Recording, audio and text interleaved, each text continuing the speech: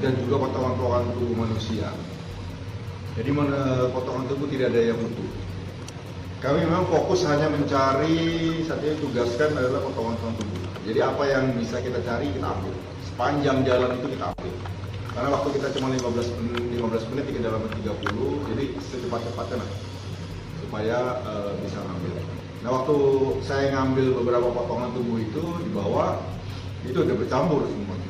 Begitu saya masukkan ke kantong, kemudian saya naik ke atas. Nah itulah ada begitu potongan tubuhnya karena tekanan dia keluar dari kantong. Nah baru terdengar suara-suara